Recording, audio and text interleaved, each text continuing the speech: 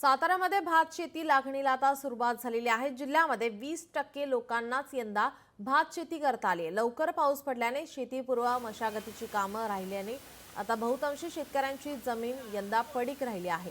अशात कराटे गावातील शांताराम सूर्यवंशी या शेतकरीने बैलजोडीच्या सहाय्याने शेती करताना पाहायला मिळाले। या संपूर्ण परिस्थितीचा आढावा घेतला आमचे साताऱ्याचे प्रतिनिधी शशिकांत सूर्यवंशी यांनी। सातारा जिल्ह्यातील पश्चिम घाट परिसरामध्ये विशेषतः पावसाळी शेती केली जाते, ती म्हणजे भात शेती। सध्या ह्या भात शेतीमध्ये शेतकरी मग्न झालेले आपल्याला पाहायला मिळतात।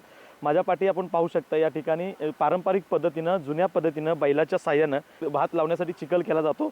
या 15 ते 20 दिवस अगोदर हे भाताचं रोप आहे ते तयार केलं जातं। त्यानंतर हे रोप या चिखलामध्ये त्याचं पुनर्जीवन त्याला रोवलं जातं आणि त्यानंतर ही भात शेती खरं तर होती।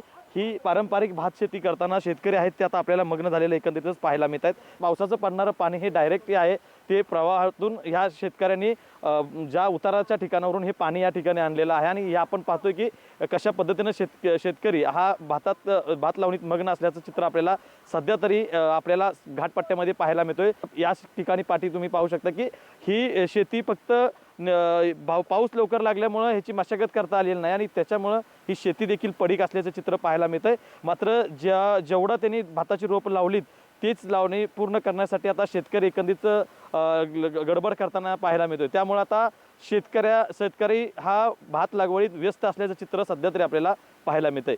शशिकांत सूर्यवंशी, लोकशाही मराठी, सातारा। लोकशाही मराठी ऐका, पहा, जागरूक रहा।